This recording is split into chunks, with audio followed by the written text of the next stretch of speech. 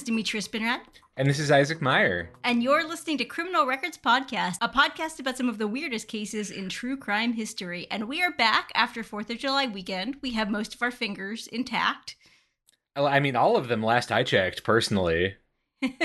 Look, you do not need all 10 fingers to make a podcast. That is definitely true. It's one of the great advantages of working in a creative field.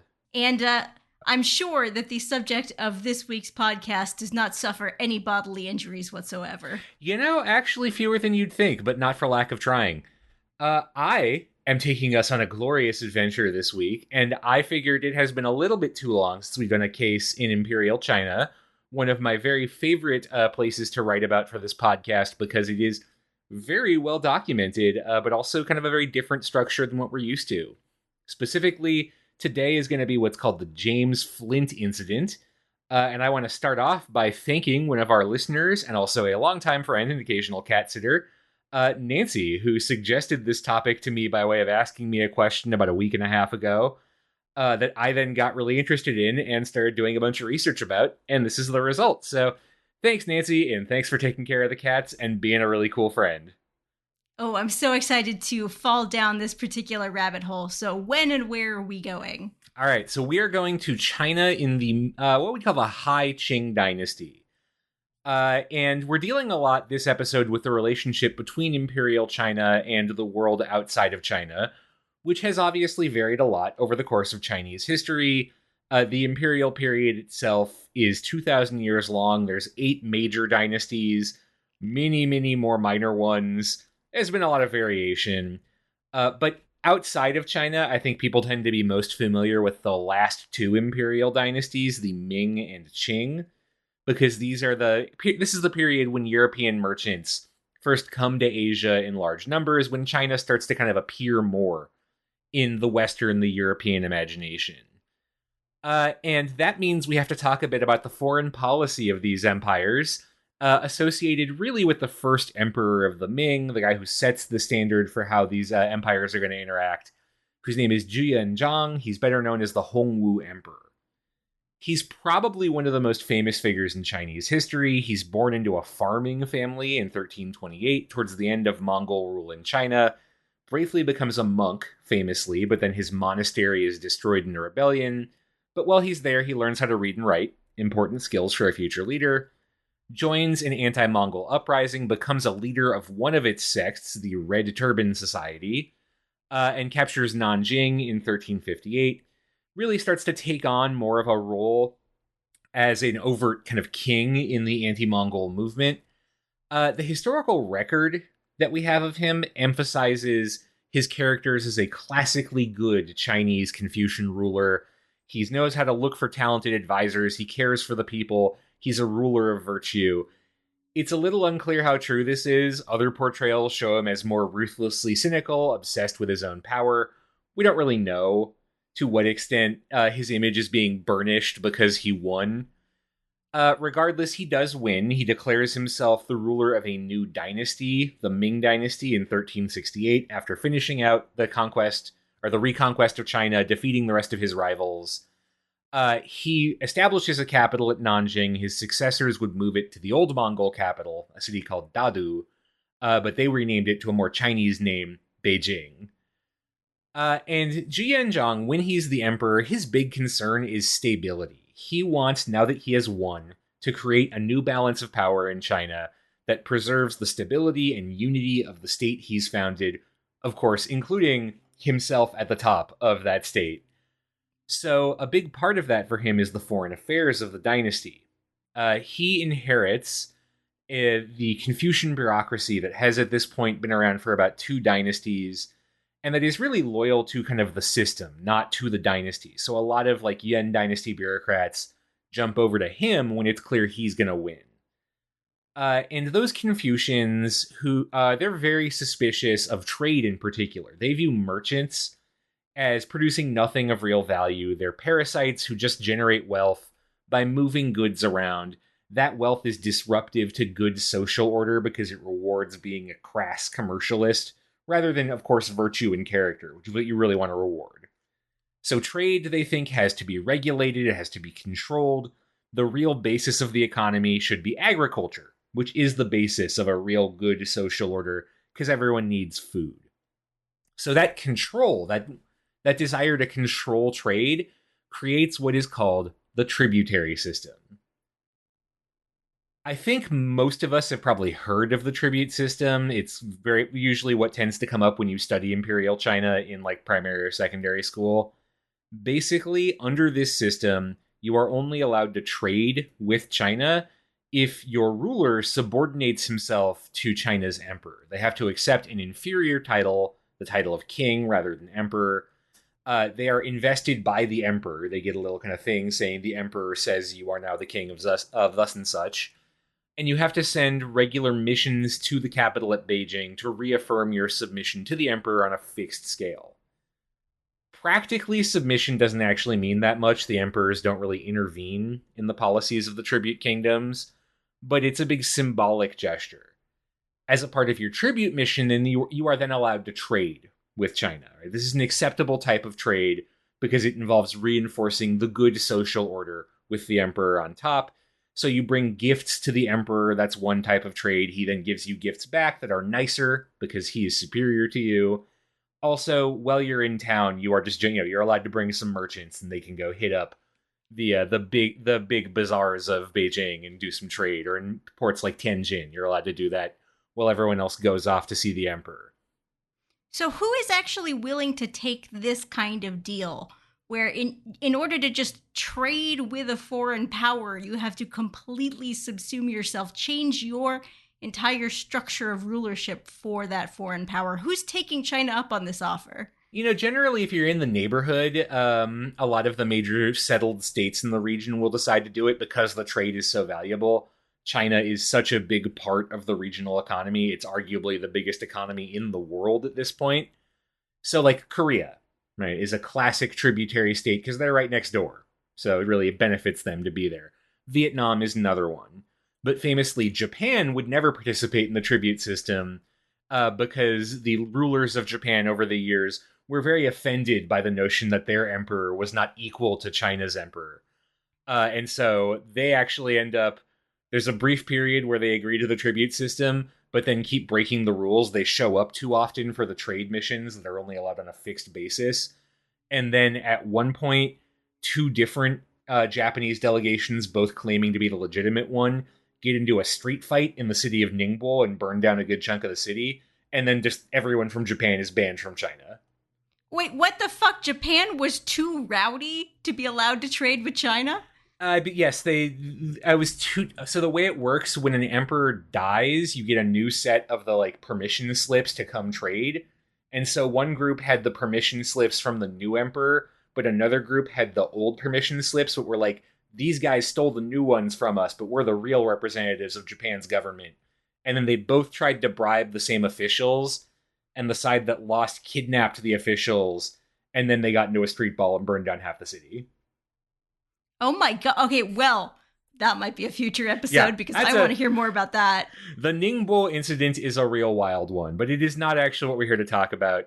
Okay, the fact that was just a one sentence aside to what we're talking about today makes me think this is going to be a really wild one. Oh, this is a fun one because the Ming Dynasty does not last forever. It collapses in the mid-1600s, but the next dynasty, the Qing, maintains this whole system. They keep a lot of it in place. The Qing dynasty is not ruled by ethnic Chinese. They're not Han Chinese. They're members of what's called the Manchu ethnic group related to the Mongols. But they assimilate a lot of rules, or a lot of models of Chinese emperorship as they kind of take control and establish this new dynasty. And they set up a new system for foreign trade to control the new arrivals on the scene, Europeans. And they center that trade in the city of Canton. So Canton is probably the biggest center of foreign trade under the Qing dynasty. The nearby island of Macau was actually given to the Portuguese as a trade base during the Ming dynasty, but the Portuguese refuse any attempts to make them share with anyone else. So they're like, no, only we get Macau. And so the Qing dynasty starts directing people to Canton. And Canton, I'm going to use it throughout this episode, but just because that's what people tend to recognize. It's the like Englishified version of the name of Guangzhou, which is still one of the major cities of southern China. And I guess it's Guangzhou in Mandarin. I forget how to say it in Cantonese, and also my Cantonese is non-existent. And then somehow someone heard Canton, and it just became, calling it Canton became the thing. Wasn't that a cool time period in history where English people were just going around the world, mishearing things and just renaming cities Yeah, on official maps? What, Guangzhou? You mean Canton? Close enough. Uh, Under the Ming Dynasty, if you're coming from the south, Canton's the furthest you're allowed into the country unless you're on one of those tribute missions. For Europeans, only a small number of Jesuits are allowed further into the country up to Beijing, and really only to teach the natural sciences. They try to do some missionizing. It doesn't work very well. But the British, because of this, they've heard of Canton, and so in June 1637, a captain named John Whittell, who has a small fleet owned by a rival of the English East India Company, a small company that would eventually be bought out by the EIC, he rolls up with a commission from, I think it's Charles at this point. I think he's King of England by 1637. With a royal commission to establish trade in Asia, he rolls up to Canton. He's like, hey, let me in. Like, can I do some trade? And they're like, no, fuck off, go to Macau. Right? That's where the weird foreigners go. You're a weird foreigner, go to Macau. So he does, and the Portuguese are like, no, you are too English, go away. So then he goes back up to Canton, and said, hey, the Portuguese wouldn't let me in. They Chinese tell him to fuck off again, and so then he starts shooting at them in a very diplomatic way. Oh, okay. So The English. So he's using the classic British strategy of you will be traded with. Yes. I will trade bullets until you trade with me. Congratulations, you are being traded with. Please do not resist. So there's a brief skirmish where one of the forts is actually captured by the English. There's a multi-day battle of raids up and down the coast. But eventually the local Chinese commander is like, okay, fine. You can just trade at Canton. Whatever. Just like, please fuck off. Wait, that worked? That worked? He started shooting at his trading partner until his trading partner was like, well, we don't like being shot at. Come on in. It does work. But for a not great reason for Captain Whittell. The commander of the Canton garrison doesn't actually care about him at all. He just wants this guy to go away. He has bigger problems, because in 1637, it's still the Ming Dynasty, but the Ming Dynasty is imploding. It is already losing a bunch of wars, it's fighting a bunch of rebellions, and he wants to, like, just not have to deal with this because he has other problems.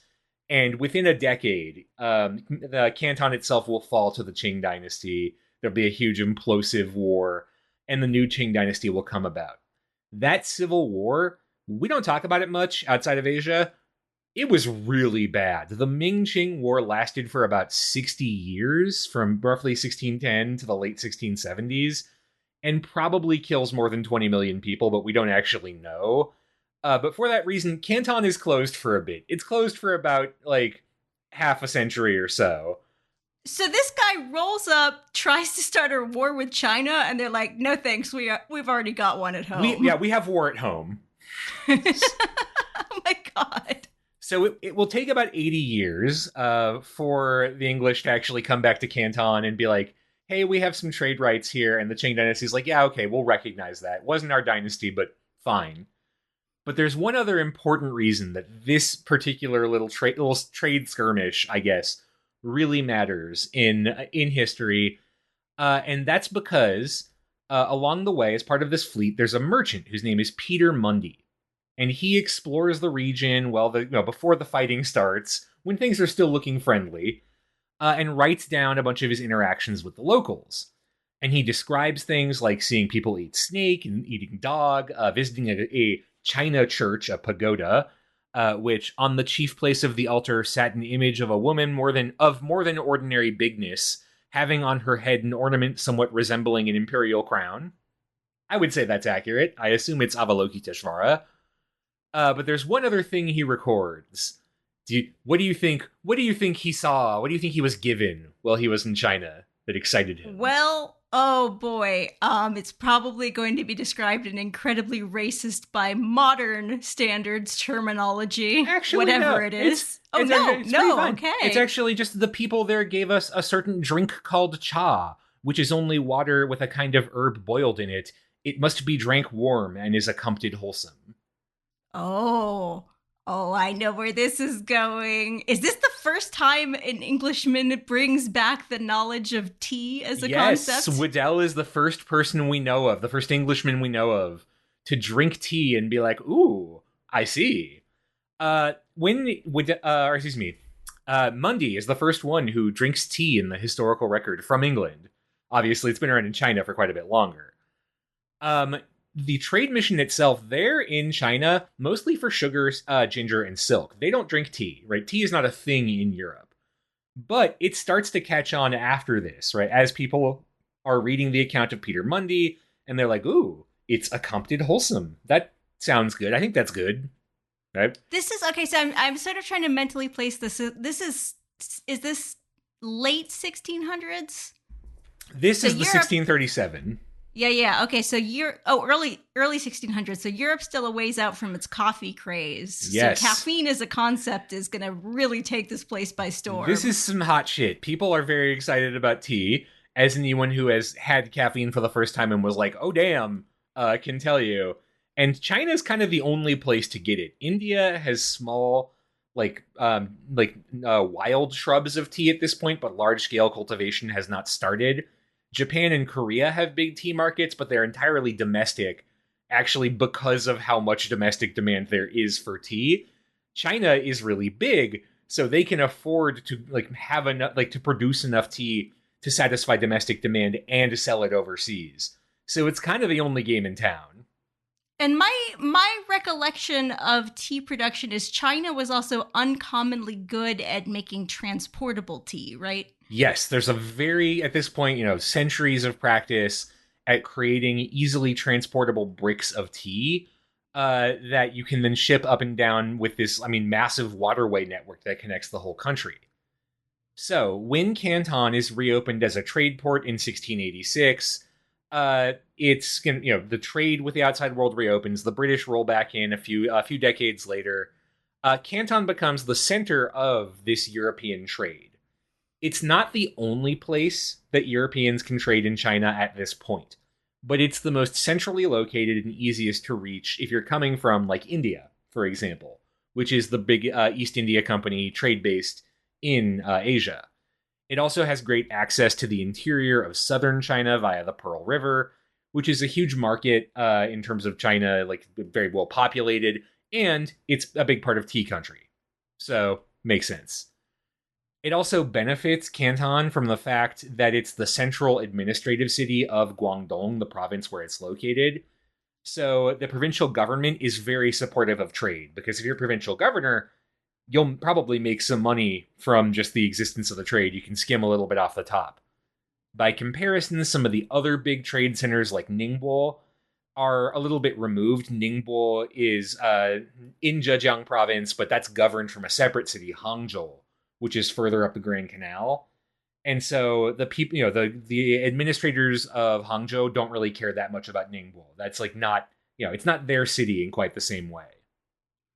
Okay, so I'm curious. So the new dynasty that's emerging from this period of civil war, are they still keeping all the same rules about where you go to trade, how far into the country you can go, and are they still keeping the same rules about having to be a tribute state of China? Because that doesn't sound like the way England plays. So, sort of.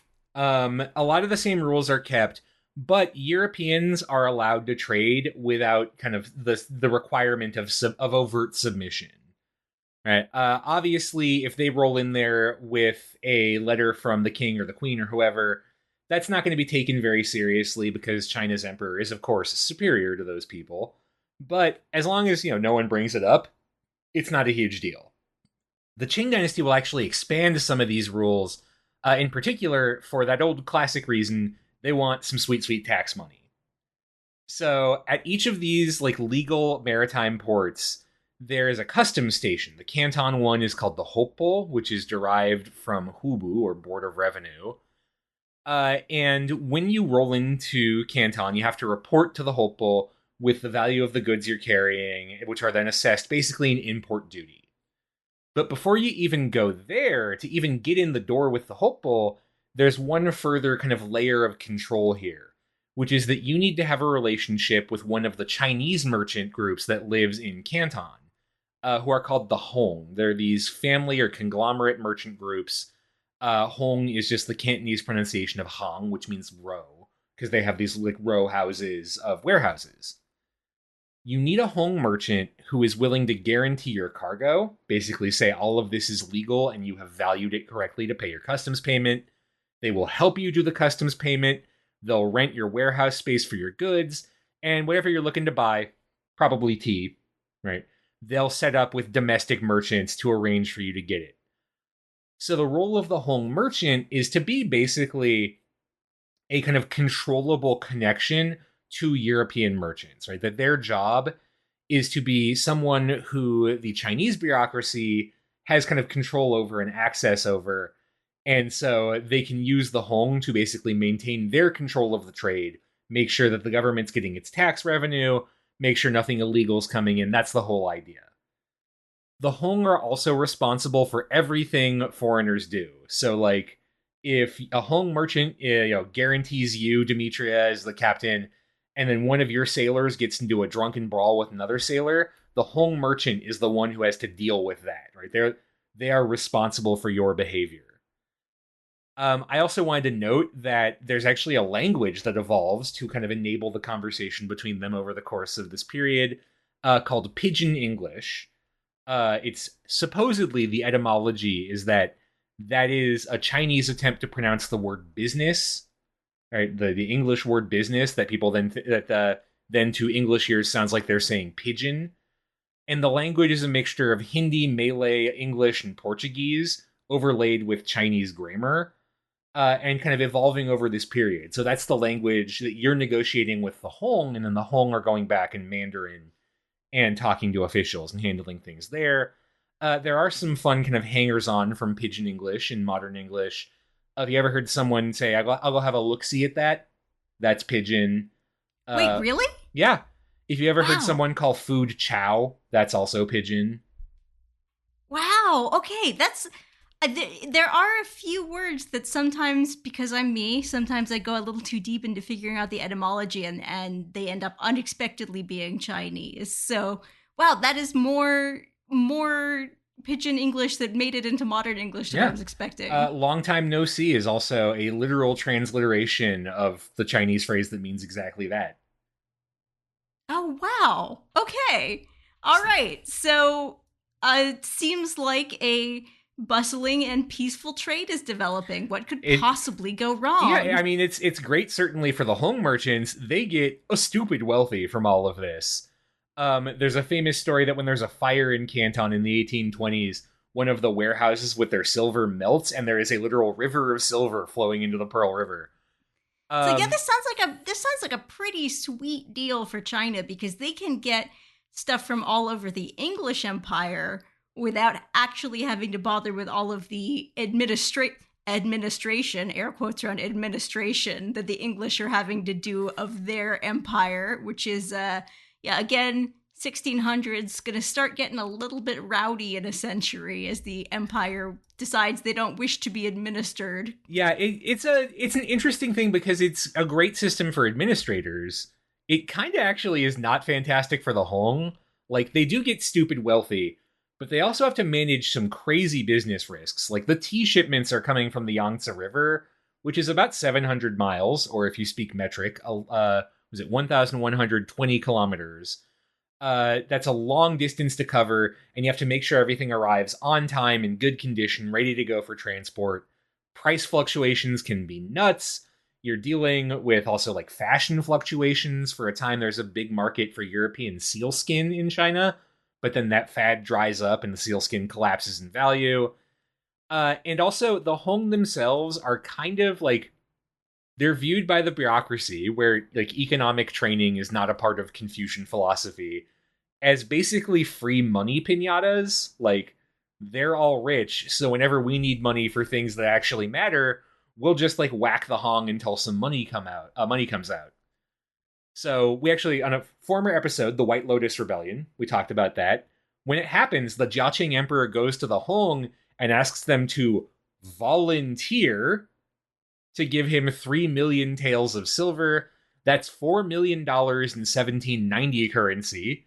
So inflation calculator is $130 million today. He's like, please just give that to me, please. Oh boy.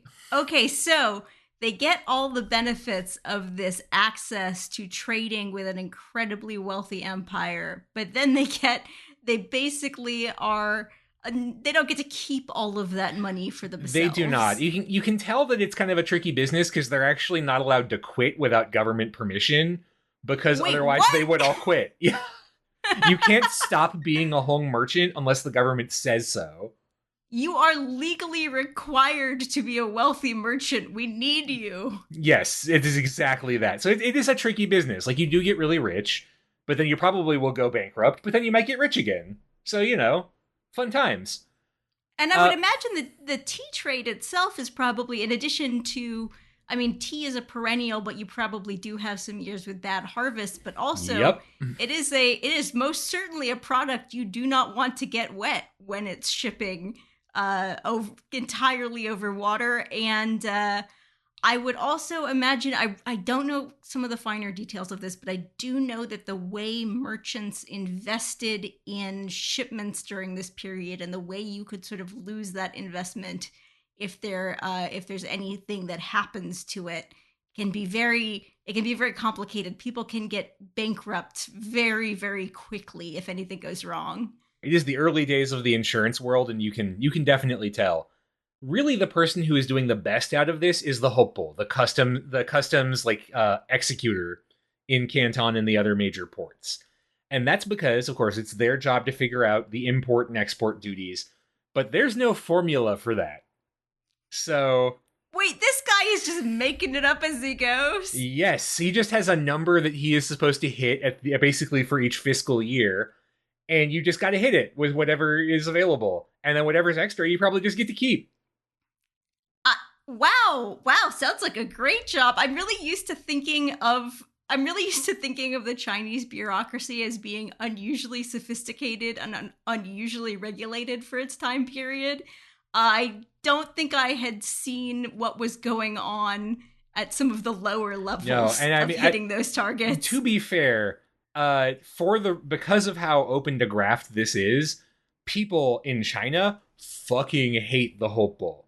There's a famous anonymously authored novel called Mirage from 1804, where the main villain is a Hope Bowl, a fictional character named Master He, who is described as having, quote, schemed to be the superintendent of the Canton customs for the sole purpose of getting rich and indulging in sex. Like, honestly, sounds like a great lifestyle. Yeah, that's 10 out of 10. It's great if you get it. It's not so great if you have to deal with this person. The plot, as I understand it, is he basically bribes his way into the job, then arrests all of the Hong merchants for corruption. He claims they're holding out on taxes, and then just has them beaten to shit until they give him a bunch of money. So, I mean, for a guy whose job is making up numbers, sounds like he is great at it. So, yeah, it's a good system for the Hopo and a workable one for everyone else, until a new decree reaches Canton in the summer of 1759, though it actually had been signed 2 years earlier. That decree is from none other than the Son of Heaven himself, the Qianlong Emperor, the 5th Emperor of the Qing. He is the longest reigning emperor in Chinese history. His rule is generally described as the last golden age of Imperial China, the zenith of Imperial China, and this is right in the middle. This is peak Qianlong right here. So his decree is that from this point forward, every port except Canton is closed to Western traders. If you want to do business from the West, you must go to Canton. No other options. So that's a weird choice on the Emperor's part, considering how very lucrative this is. What would make him decide to tighten the regulations on trade with these other empires that have been so very good? I was wondering about this too, and I found a couple of interesting reasons. He never explained himself, but we have some theories. First, this is just a recognition of the fact that the majority of trade goes to Canton anyway. So, your bureaucracy in other places like Ningbo is needlessly replicating, jobs that don't need to be there. And one of the hallmarks of a good Confucian ruler is you want to keep taxes low. You don't want to oppress the people. So that means keeping the government lean, no waste, right? So why hire all these other people? Just put everything in Canton. Also, in the 1750s, Qianlong is incorporating some new territories, or in Chinese, Zhejiang, which he has just conquered. And he's a little busy with that and the administration of these newly conquered territories, but fortunately, nothing bad has ever happened there since, so we don't need to worry about it anymore. Finally, or a few more reasons actually, these Western merchant ships, there's a lot of pirates out there, so they have a lot of guns, right? Naturally enough. But if you just roll up on a big city with a ship with a shitload of guns on it, it's a little threatening. Canton is pretty well fortified. It's home to a good chunk of the southern part of the Qing fleet. So if, any foreigners start being like, actually, why don't I pay your fucking taxes? It's easy to keep them from getting too uppity. And these foreigners, they do get uppity sometimes. There actually been a big stabbing in Ningbo in 1754. A French seaman killed a English one, and then was arrested by Chinese officials, and it became this whole train wreck. There's also the fact that overseas transport is taxed, so is transport between the provinces. So if something is coming from Canton all the way to Beijing, it's crossing more provinces, more opportunities for tax money. Right, that's nice too. Oh, I see. So this could, in addition to controlling how tax flows into the country, it can also be a control of how tax flows around the country? Yes. And then the final reason is concern over Christianity. There are reports that missionaries have infiltrated Ningbo using trade as cover. Christianity is not illegal in China, but missionizing is. Qianlong's father, Kangxi, banned it. And Qianlong can't overturn that because he's a pious son who follows the dictates of his father. And Christianity remains kind of heavily regulated and carefully monitored. So how's China handling its Christianity issue? Because we've talked a bit about what happens in Japan and how they ban Christianity and some of the things that come out of that. How is China handling that? It's not illegal here, but it is frowned upon in a country where Confucianism is such a part of the kind of underlying social fabric, especially when initially the Jesuits had said, yeah, you can be a Christian and still do things like sacrifice to your ancestors, because they're not gods. That's not like idolatry, so it's fine. But then the church overruled them and was like, actually, no, you can't do that. That's idol worship.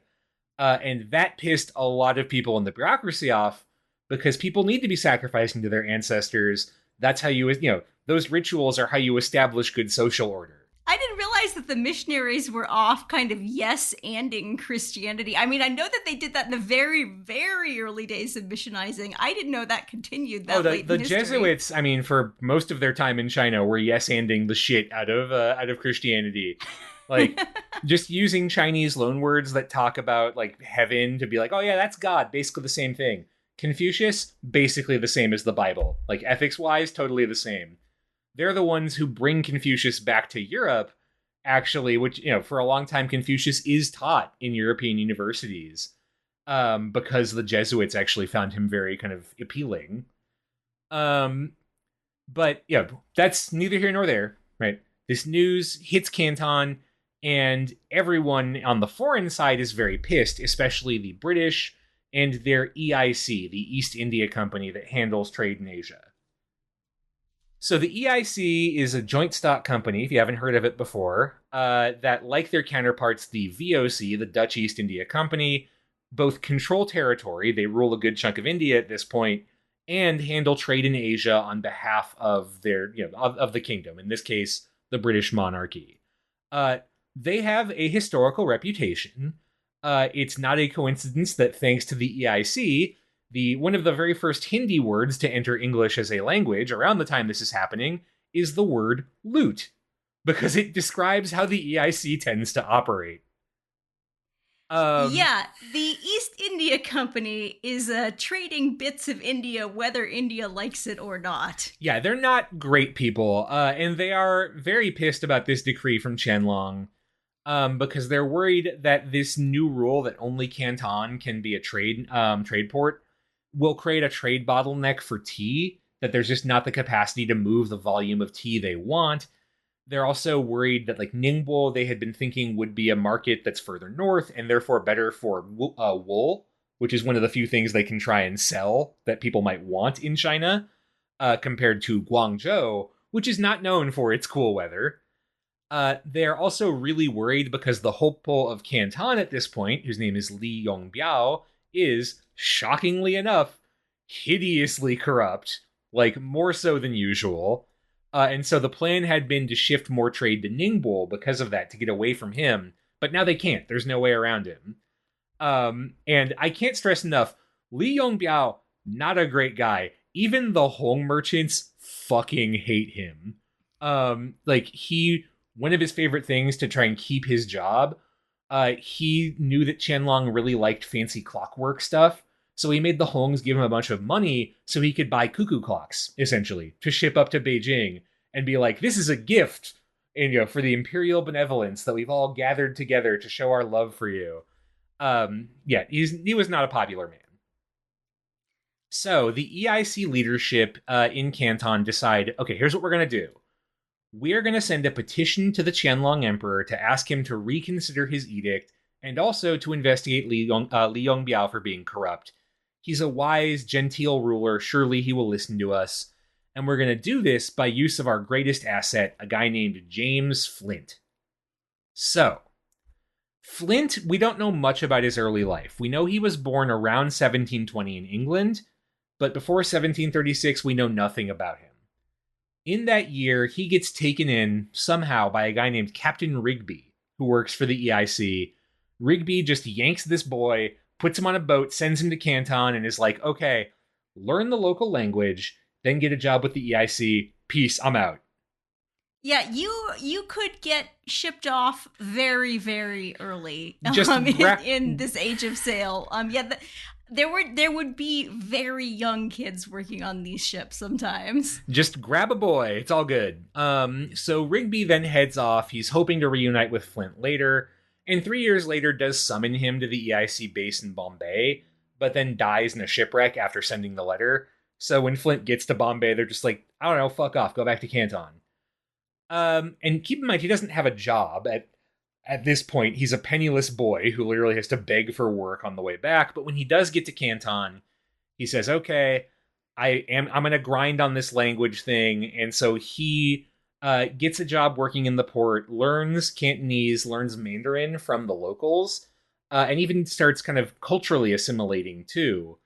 He takes a Chinese name, Hong Renhui, and grows his hair into a Manchu-style queue. Men were required to wear their hair in these sort of like shaved long top knots, which is a Manchu haircut to show their submission.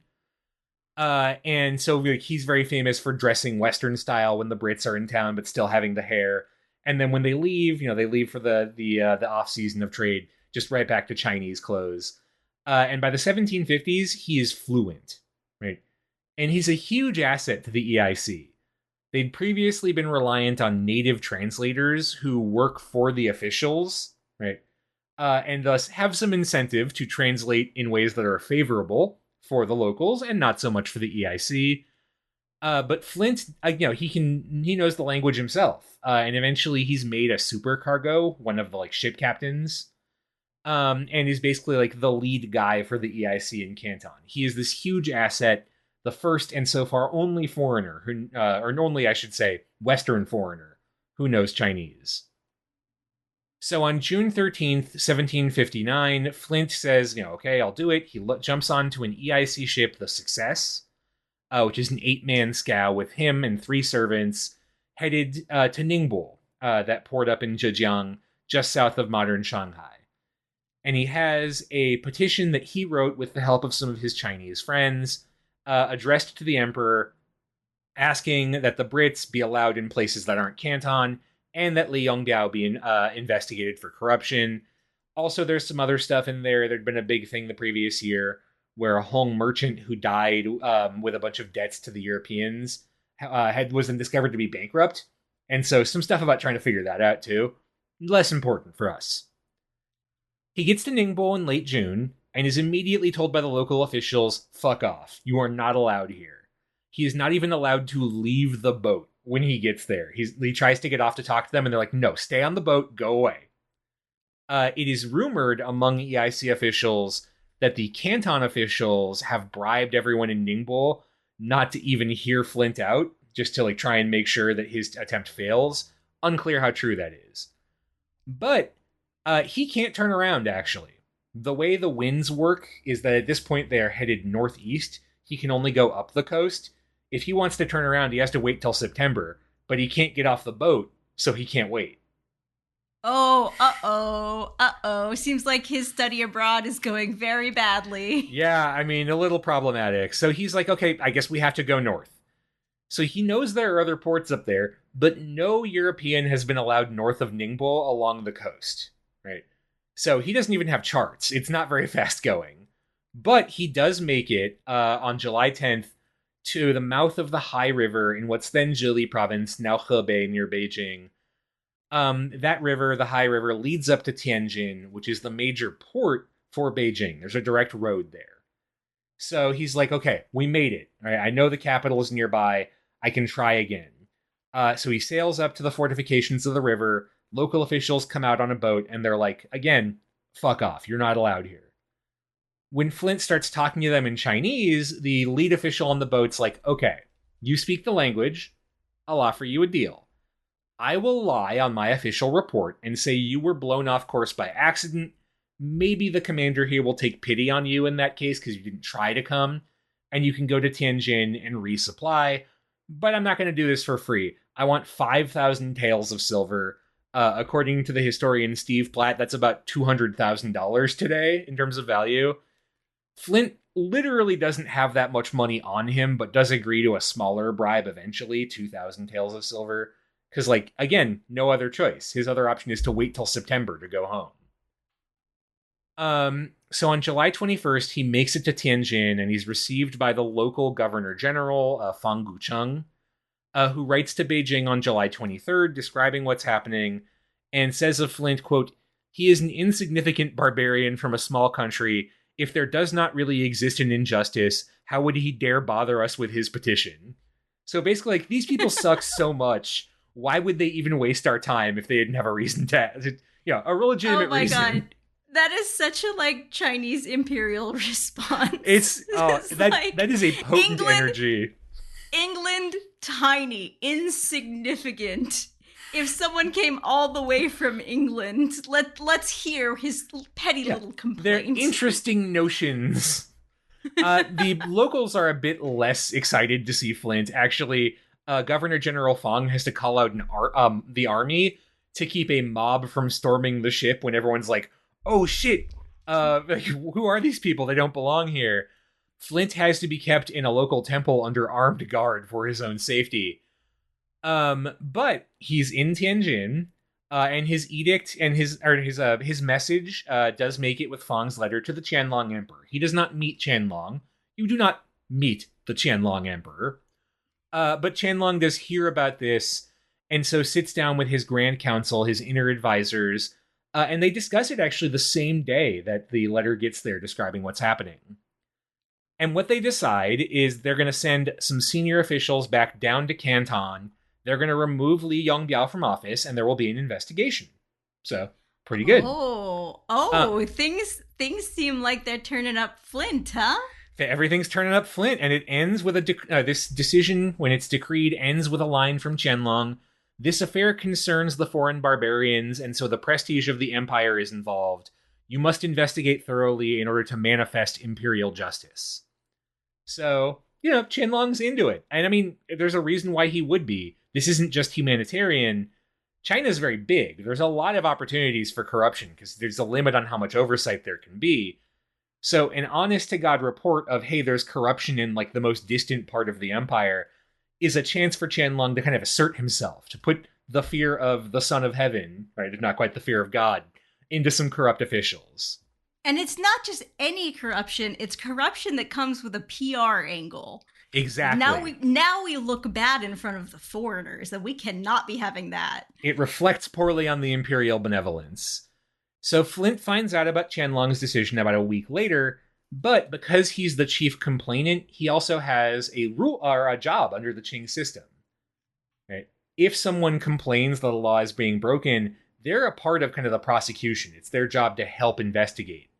So he's loaded onto horseback with all these officials and sent to Canton via land, right, separately from everyone else in the success. He's goes through central China, the first Englishman ever to do this over the course of about 6 weeks, and didn't write down fucking anything. What the fuck, man? This is a really interesting and very different legal system than he himself would probably have been used to, because I mean, he comes from a country where they're still in the era where if you want to prosecute someone, usually you're bringing your own prosecution. You're doing most of the legal heavy lifting. And now he's basically been lightly kidnapped into the prosecution. Yes. He does not get a choice. Congratulations, you are now the DA. Please do not resist. I do also want to note this was probably good for him because the success does leave Tianjin when the winds turn around to go back home and then disappears with all hands on the way back. So that worked out well. Rip the EIC success. When Flint gets back to Canton, the investigation starts in September. And we've talked about these before, but the way they work, basically, these investigators, these government officials, in any case, are essentially the judge, the jury, and the prosecution. They have deputies that help them, who are essentially cops, to draw up a report saying, this is the law that has been broken, right? This is what I have found, and for reasons X, I think persons Y should be punished or not punished in whatever manner. That report is then kicked back up the chain. It can be approved or rejected. In this case, these are direct servants of the emperor. So it's just going to happen, right? There's no further level of appeal. They are the final level of appeal. But there's another layer here that Flint is not aware of. There is an investigation. Li Yongbiao is found to be very corrupt and replaced with a new hopeful. I couldn't find any record of what happened to Li Yongbiao, but his replacement, luckily for this man, is actually the governor general of the province, Li Shiyao, who remains both governor general and hopeful for the next 14 years, and thus becomes a stupid rich. I would imagine, based on what I know about the Chinese legal system at this point, that what happens to the corrupt guy was probably bad. It's pretty bad. He might have gotten pretty crushed, pretty smushed. The manner of his probable death was probably really bad. And, it can go that way, but sometimes the emperor often wants to show mercy as a good Confucian ruler. He probably just got sent to do forced labor in Zhejiang. But then a new edict comes down from Qianlong. Actually, it's been with these people the whole time, but they reveal James Flint is also under arrest. What? Oh my God. Twist! He has broken a big rule here. He is, as you said, used to a very different system, more of a constitutional monarchy that's slowly evolving in the UK. This ain't no fucking constitutional monarchy. You do not petition the Emperor of China directly. The Emperor intercedes if his divine wisdom leads him to do so. You do not go to the Emperor and be like, please, sir, may I have some more? He also, if you really have an issue, you have to go up the chain of command. This should have gone to the governor general, who could then kick it up further. You don't do an end run around them by going directly to the emperor. You definitely don't do it if you're a foreigner, because since the Ming Dynasty, you can't have direct contact with the emperor unless you are a tribute envoy. Britain is not a tributary state, so it's not allowed. You certainly do not roll into Tianjin, a port you are legally not allowed into, with some flimsy bullshit about, oh, I got blown off course, as an excuse to do all of this. Oh no. So he did the thing that I think probably a lot of Europeans thought would be normal to do, is you go to the highest available authority as quickly as possible, bringing your own prosecution. And that was absolutely not the way he should have done it. Absolutely. Right. There is, there's also, it's worth noting, some concern. This isn't stated in any of the arrest documentation, but guys like Flint are a problem for the Qing system in Canton. Part of the control that they have over that system is that only they know the local language, right? And that the interpreters are loyal to them, not to the EIC. Flint is not. That's an issue. That's probably, that's not directly stated as a reason for his arrest, but it probably was. And so Flint is ordered imprisoned and held for 3 years in Macau with no visitors allowed. He was not executed, and Governor General Li Shiyao actually writes a letter to the King of England saying how gracious this is, that Flint has merely been imprisoned. Quote, this is such amazingly gracious treatment that he, the king, should think of it with tears. The British have been so drenched with the waves of imperial favor that they should leap for joy and turn towards us for civilization. I love the way China did diplomacy during this period. Just the perfect way to piss any European monarch off is to show your benevolence in this particular manner. So benevolent. And it is true that compared to the other people who get punished here, Flint gets off lightly. His Chinese language teachers are treated much worse. So here is Li Shiyao's report back to the throne itself. Quote, upon close examination of the root causes of this incident, it is found that local traders in the mainland have been inciting and enticing the British, and the merchants and interpreters have failed to enforce proper supervision and inspection. It is noted that foreigners have come from overseas speaking languages different from Chinese. When they come to Guangzhou for trade, they rely on the merchants and interpreters who understand foreign languages to conduct transactions. Recently, foreign merchant Hong Renhui, that's James Flint, has become proficient in the local dialect and official language of the mainland, even understanding the meanings of Chinese characters clearly. Besides Hong Renhui, there are several other foreign merchants who are similarly proficient in Chinese language and characters. If it were not for the secret enticement and guidance by local traders, how could they have become so familiar? So what he's saying is, the people teaching them Chinese are traders. They are making it hard to control the foreign trade. And so Flint's main teacher, a merchant named Liu Yabian, is sussed out and decapitated the same day Flint is put in prison. His head is put on public display with a placard saying, "Do not help the foreigners learn Chinese." Oh my God. Okay. Okay, so the reason that this Chinese diplomat is writing this letter to England is to say, this time we were gracious. We could have been worse. Yes. We are willing to be worse. This is our benevolence. And in fact, it gets a little bit worse, because then in December, there is a new crackdown on the EIC. Qianlong issues a new edict. I'm going to try and pronounce this. Fang Fan Wai Yi Gui Ta. Oh, shit, I can't do that. Fang Fan Wai Yi Gui Tiao. No, Gui Tiao. There we go. Which is the regulation for preventing foreign invasion. Rolls a little more off the tongue in English, in my opinion, but there's probably a reason why. Basically 5 new rules that govern the foreign presence in Canton. All right, so tell me how we are controlling these foreign devils with their wishing to learn Chinese and wishing to pay lots of money for our tea. First, these foreigners cannot stay. They cannot stay the winter in Guangzhou. They can only come during the trading season, which is the summer. They cannot stay outside of their trading missions.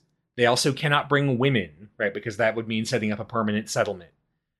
They must reside in designated merchant houses under the supervision of the Hong families. Those houses must be in the suburbs of Guangzhou. They can't be in the city gates. They are to be kept there full time. They are escorted by guard, under armed guard, every 10 days to a park to get some air. That is it. Chinese people cannot borrow money from these foreigners. They cannot work for them, because those debts would be exploitable as leverage. Foreigners can't use unofficial intermediaries to communicate, only official translators. And finally, military personnel will inspect every ship coming into Huangpu, which is the major port, if needed, to make sure the rules are being followed.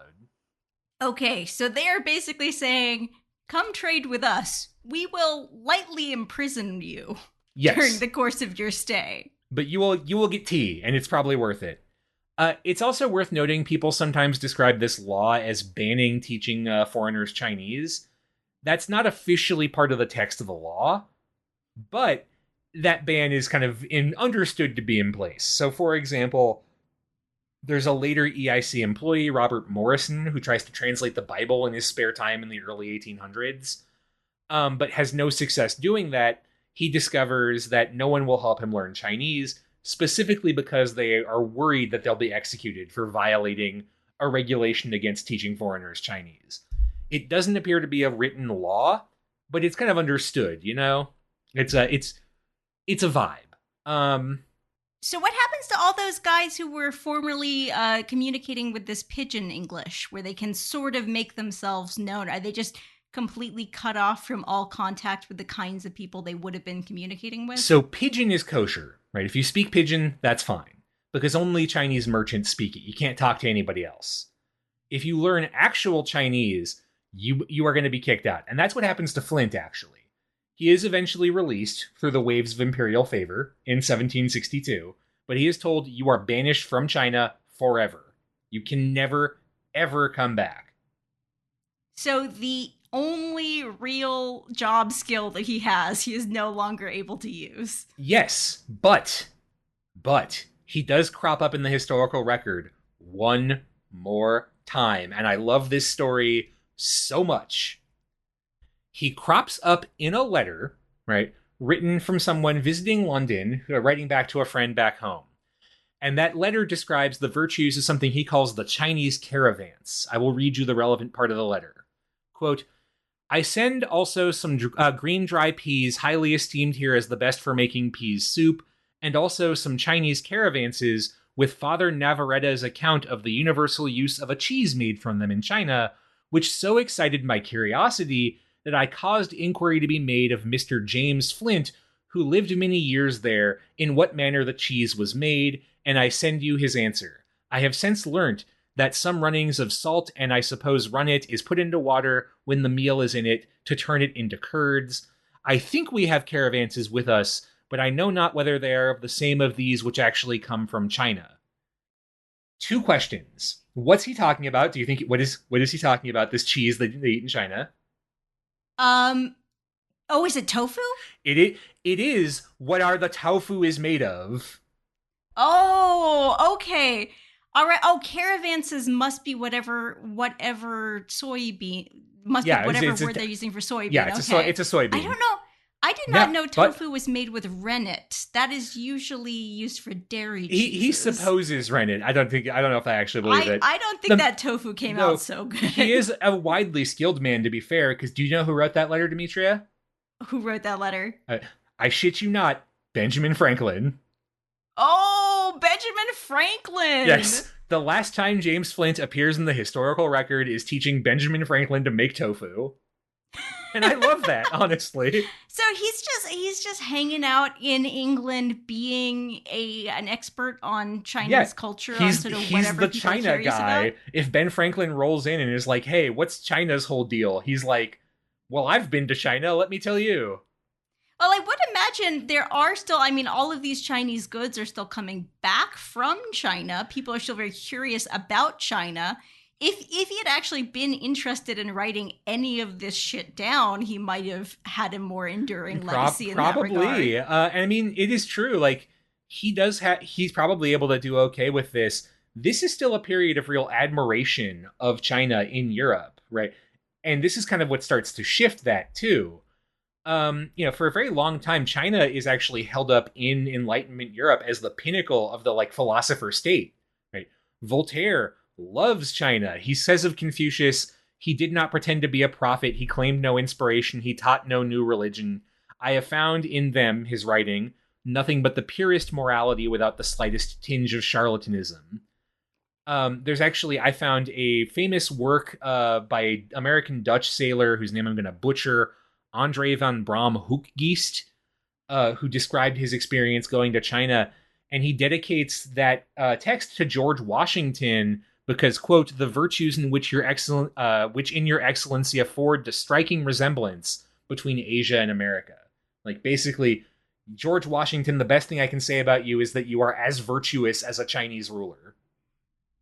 But this new trade system, what we come to call the Canton system, does start to kind of shift perceptions. There's more of a perception of China as being kind of arrogant, closed off, uninterested in the West. And then, especially in 1739, when Lord Macartney goes on the Macartney expedition to try and meet with a much older Qianlong and ask for fewer restrictions, maybe a little island like Hong Kong near Macau as a trading base. And Qianlong is like, fuck off. You won't even bow, like, you won't kowtow to me, which is the expectation that you do the full bowing kind of ritual. Macartney is like, I will bow to no one but the king. Blah, blah, blah. Like, that is kind of the shift in this perception of China that then leads, for example, to less regard for local Chinese law among the English, and a perception that it's okay to try and kind of break the rules as much as possible, and that maybe they could try, if they can't find anything to sell in China, creating their own demand through new products like opium. Oh boy. Oh, well, if they can't get enough addictive products from China, they're going to get some addictive products into China. So I think that's kind of the interesting thing about the James Flint incident, is that it is kind of the starting point of this shift in terms of how China is talked about, away from this idea of like a model philosopher state in the European discourse, and towards this kind of growing perception of like bringing in language of Asian like tyranny that goes back to the ancient Greece, right? That Asia is a land of tyrants who are uninterested in, fair trade between free people. Interesting. And I'm actually really curious because what James Flint would have been exposed to, because it's so far from kind of the central seat of the government, is he bringing back a version of how China works that is very provincial and very focused on a very far-flung region of the empire, that's sort of changing people's perception of how sophisticated everything is in general? That's what I wonder, because from what I can tell, there's nothing from Flint himself about any of this. He never wrote down any of it. I have to imagine, like, by the time he was exiled, he lived in China longer than he had anywhere else. He probably just, that shit didn't go down well. It probably hurt. And so, yeah, we don't really know what he thought of all of this, or even what he really thought of China, other than, I guess, he liked tofu. So it makes it kind of interesting to wonder, like, what's his motivation in all of this? How loyal is he to the EIC? Is he just, is he kind of feeling this sense of being torn between two worlds? Could make for a great HBO historical drama if anyone's looking for some EPs on that. So that's the James Flint incident, Demetria. Wow. Yeah. Fascinating.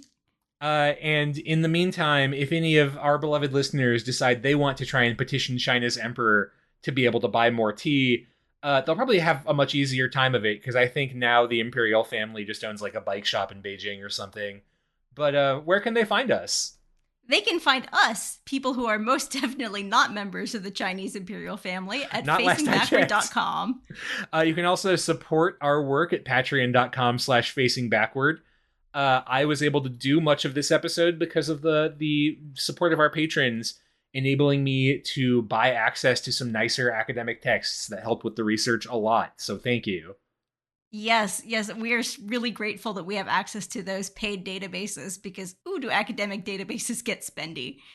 And a special shout out to patrons who pledge at our shout out tier. You are Yan Leonard, Stephen Elkins, Martin Oliveira, Clark Canning, Ian Kellett, Matt Haynes, Jackie Frostocker, Monkey Sack, Alayla McCullough, Kieran Murphy, Peter Wales, Robert Prine, William Arno, Jonas Brandis, Nicholas Kroll, Jerry Spinrad, Jared Stevens, Jeffrey Dwork, Stefan Frushka, Joshua Kane, Robbie and Kat, Jacob Key, Aaron Finkbeiner, an anonymous Anna's Hummingbird, Mark Sy, Gil, Leslie Akuda, Trash Taste Enjoyer, John, Christopher, Harrison Reese, Inoue Enrio's Ghostbusters, NihongoKaizen.com, Shimal Toshio's History of Japanesia podcast, Jennifer Pianzo, James, A House is a Perfectly Cromulent Mascot, The Fish I Catch are Rhodes Scholars compared to Samuel Alito, Schmuck, and Everything Changed When the Fire Nation Attacked. Until next time, folks, try not to illegally learn Chinese, I guess. I think that's okay now. Do not follow that recipe for tofu. I think someone in England ate really bad tofu several hundred years ago. I mean, Benjamin Franklin, probably not the worst thing he did.